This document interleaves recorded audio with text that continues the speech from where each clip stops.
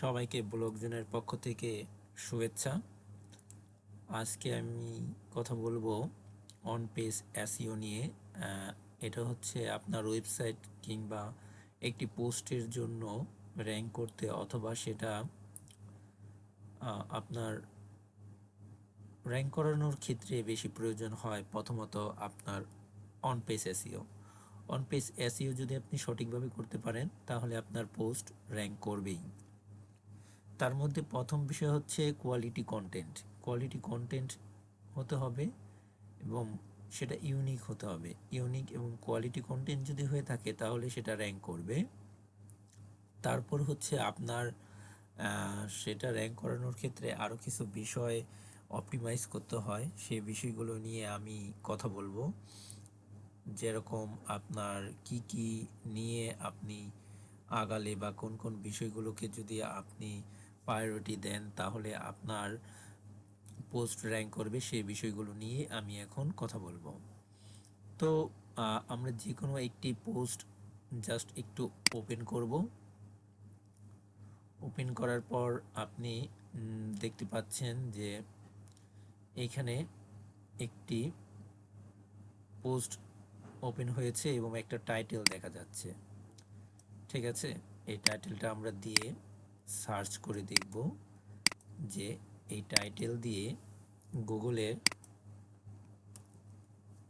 আমাদের পোস্টটি র্যাঙ্ক করেছে কিনা।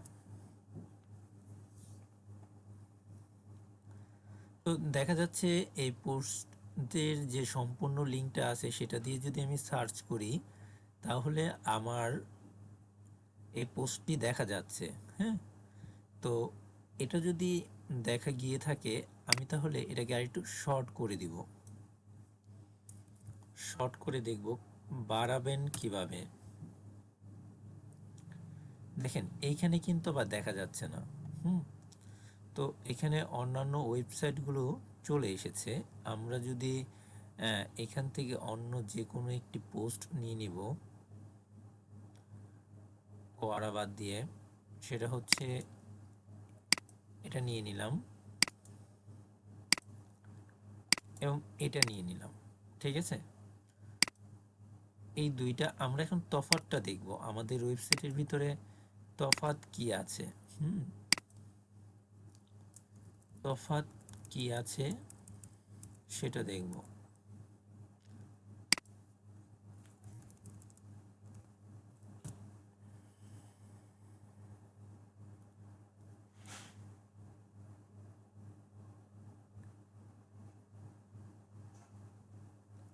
দেখুন, এই যে আমরা বাড়ানোর উপায় দিয়ে যখন সার্চ করলাম তখন কিন্তু এই দুইটা ওয়েবসাইট আবার চলে এসেছে, যেই দুইটা আমরা মাত্রই ওপেন করলাম, কিন্তু আমাদের ওয়েবসাইটটা কিন্তু এখনো আসেনি।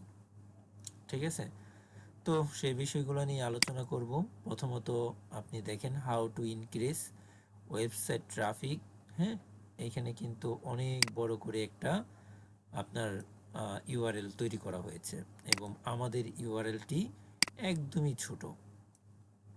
তারপর হচ্ছে এটাতে দেখেন, এটা কিন্তু বাংলাতে আবার লেখা, ডোমেন অথরিটি কি। দেখুন, এই যে ইউআরএল সেটা বাংলাও হতে পারে অথবা ইংলিশও হতে পারে। ঠিক আছে, তো এটা হচ্ছে কাস্টম একটা ইউআরএল যেটা আপনার ওয়ার্ডপ্রেসে করা হয়েছে এবং এইটা হচ্ছে আপনার ব্লগারে করা। ব্লগারে এখানে আপনাকে একটু বড় করে করা হয়েছে।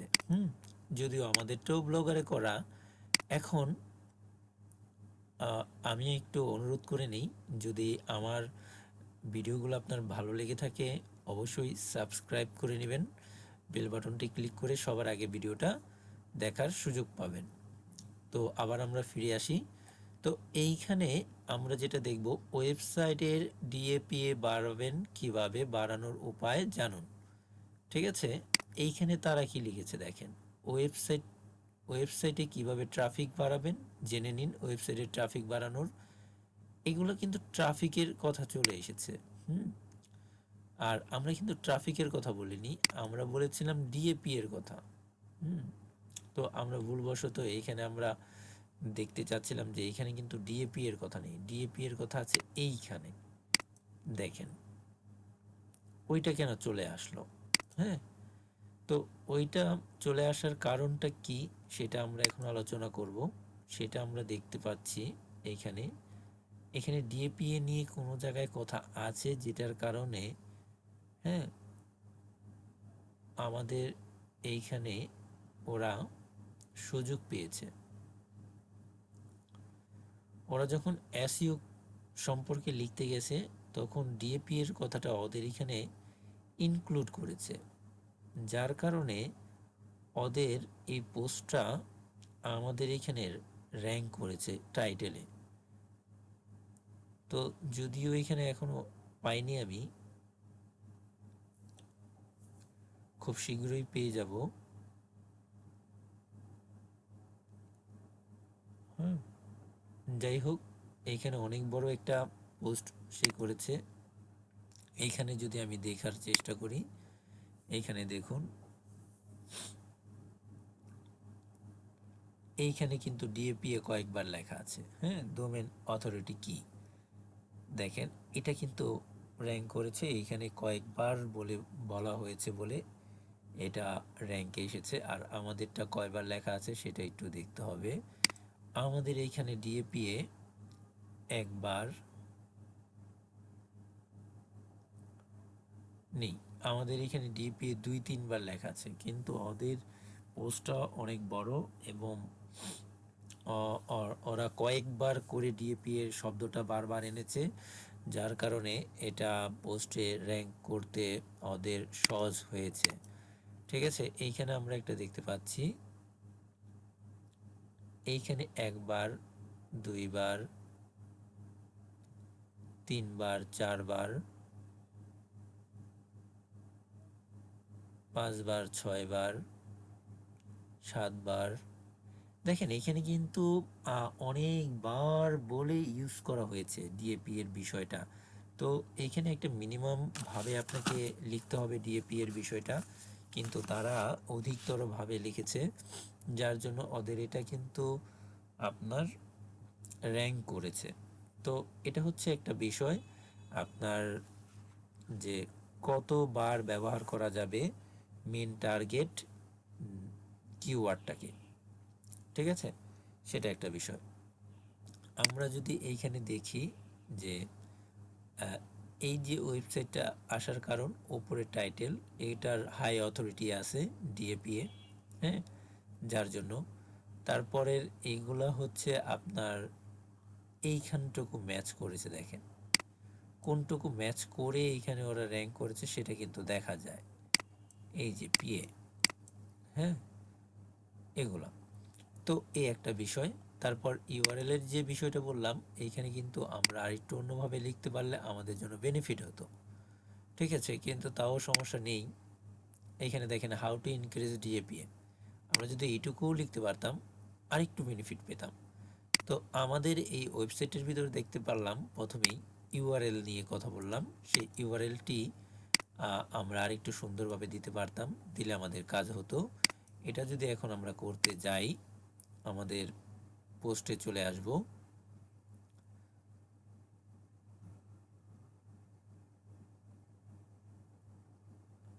যাই হোক আমরা পোস্টের ভিতরে এখন যেতে পারলাম না।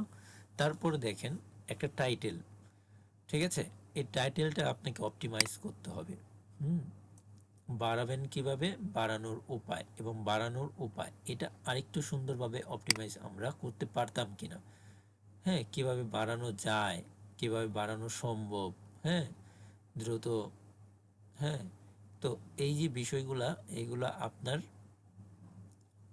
আমরা অথরিটি কি, এই প্রশ্নগুলা এনেও যদি করতে পারতাম তাহলে আমাদের এটা র্যাঙ্ক করতে আরেকটু সহজ হতো, ঠিক আছে, ডিএপি এর অথরিটি কি বা মানে কি, অর্থ কি, এগুলা নিয়ে। তো তারপর যে বিষয়টা আমরা আলোচনা করব সেটা হচ্ছে ইমেজ। এখন এমন একটা ইমেজ ব্যবহার করতে হবে যে ইমেজটা আপনার দেখে আপনার ওয়েবসাইটে ক্লিক করবে, ঠিক আছে, এমন একটা ইমেজ হতে হবে। এবং ইমেজটার ভিতরে আপনার এই যে আমরা ইমেজের ভিতরে আমাদের কার্সরটা আনলে আমরা কিন্তু একটা লেখা ভেসে উঠে, তো এটা হচ্ছে অল্টার টেক বলে আর কি, ALT, অল ট্যাগড। হ্যাঁ, তো এই ট্যাগটা আপনি ব্যবহার করবেন। এটা ব্যবহার করলে যেটা হবে যে আপনার গুগল এই ইমেজ সম্পর্কে জানতে পারবে, এই ইমেজটার অর্থ খুঁজে পাবে, কারণ এই ইমেজে কি লেখা আছে এটা কিন্তু গুগল পড়তে পারে না, ঠিক আছে? কিন্তু গুগলের আমরা যখন এই ইমেজে আমাদের এই টেক্সটগুলো বসাবো তখন গুগল বুঝতে পারবে যে এই ইমেজটার কি কারণে আমরা ব্যবহার করছি, বা এর ভিতরে কি লেখা আছে, বা কি হতে পারে বিষয়টা, ঠিক আছে? এটা একটা বিষয়। তো তারপর যেটা হচ্ছে আপনার টাইটেল। টাইটেল হচ্ছে কপি করা যাবে না। অন্য কোনো ওয়েবসাইটে যদি একই রকম টাইটেল থাকে আপনাকে তাহলে সেটা বাদ দিতে হবে। সেটা বাদ দিয়ে আপনাকে টাইটেল অপটিমাইজ করতে হবে। তো আমরা যদি এইখানে দেখি, এইখানে তারা কালো ব্যবহার করেছে, আমাদের ওয়েবসাইটে আমরা রেড কালার ব্যবহার করেছি এবং সবগুলাই কিন্তু বোল্ড, হ্যাঁ, বড় দেখা যাচ্ছে। এইখানে যে বিষয়গুলো লেখা হবে সেই বিষয়গুলো কিন্তু এরকম একটু বড় হতে হবে, এটা যাতে টাইটেল এটা যাতে বোঝা যায়। হুম, তো এই একটা বিষয়। তারপর আপনার এই যে একটা লিঙ্ক এইখানে দেখতে পাচ্ছেন, এটাকে বলে অ্যাঙ্কর লিঙ্ক। হুম, এটা আপনার একটা এক্সটার্নাল লিঙ্ক, ঠিক আছে? তো এরকম এক্সটার্নাল লিঙ্ক আপনার ব্যবহার করতে হবে যদি সম্ভব হয় সেই ওয়েবসাইটের ভিতর। এবং এইখানে দেখেন একটা ইন্টারলিঙ্কিং করা আছে। হ্যাঁ, এটা তার ইন্টারলিঙ্কিং এসইও সম্পর্কে একটা আর্টিকেল আছে, সেটা এসইও পেজে নিয়ে যাওয়ার জন্য একটা ইন্টারলিঙ্কিং করা এবং একটা এক্সটার লিঙ্কিং করা, ঠিক আছে? তো এই যে লিঙ্কিং বিল্ডিং করতে হবে আপনাকে, হ্যাঁ, একটা পোস্টের সাথে আরেকটা পোস্টের লিঙ্ক আপ করতে হবে এবং আপনার এটার ভিতরে ব্যাক লিঙ্কও করতে পারেন এবং আপনার এক্সট্রা লিঙ্কই করতে পারেন, যে লিঙ্কগুলো আপনাকে এই পোস্টটাকে র্যাঙ্ক করতে অথবা আপনার ইন্ডেক্স হতে সহযোগিতা করবে। তো আমরা প্রথমে আলোচনা করলাম ইউআরএল, তারপর আমাদের ইমেজের ভিতরের কথা বললাম। তো এটা যদিও আপনার ওয়ার্ডপ্রেসে করা দেখা যাচ্ছে না, আমরা যদি এইখান থেকে দেখি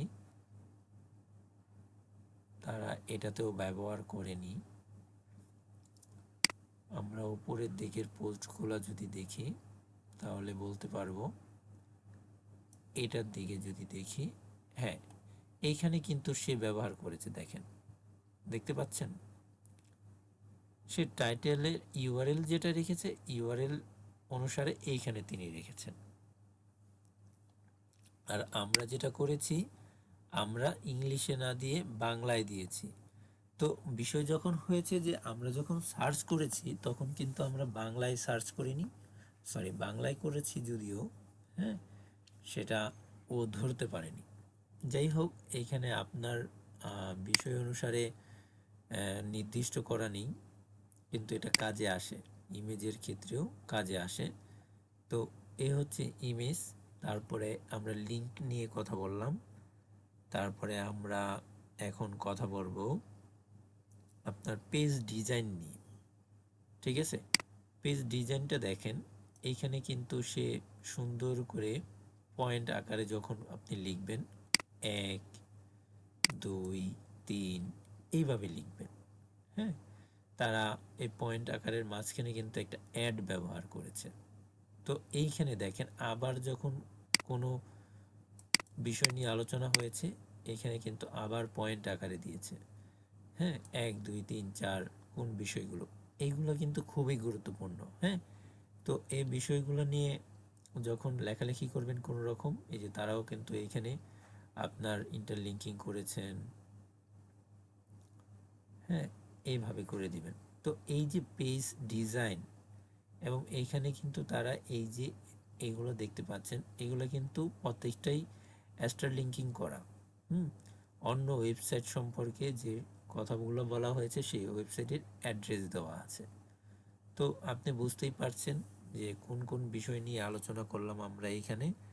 হ্যাঁ, তো এই বিষয়গুলো যদি আপনি দেখেন, আমি যদিও এখন এলোমেলোভাবে এই ভিডিওতে বলেছি, আমি গুছিয়ে এবং নির্দিষ্ট একটি কোর্স ভাবে আমি যাতে ভিডিও দিতে পারি সেই পরিকল্পনা করছি। আশা করি আমি খুব দ্রুতই আপনাদের কাছে সেইভাবে ভিডিওগুলো দিতে পারবো। আপনি ঘরে বসেই আমাদের ভিডিওগুলো দেখেই আপনি যাতে ব্লগিংটা করতে পারেন সেই আশা ব্যক্ত করে আজকের মতো ভিডিওটা শেষ করছি। ভালো থাকবেন। পরবর্তী ভিডিওতে আবার কথা হবে।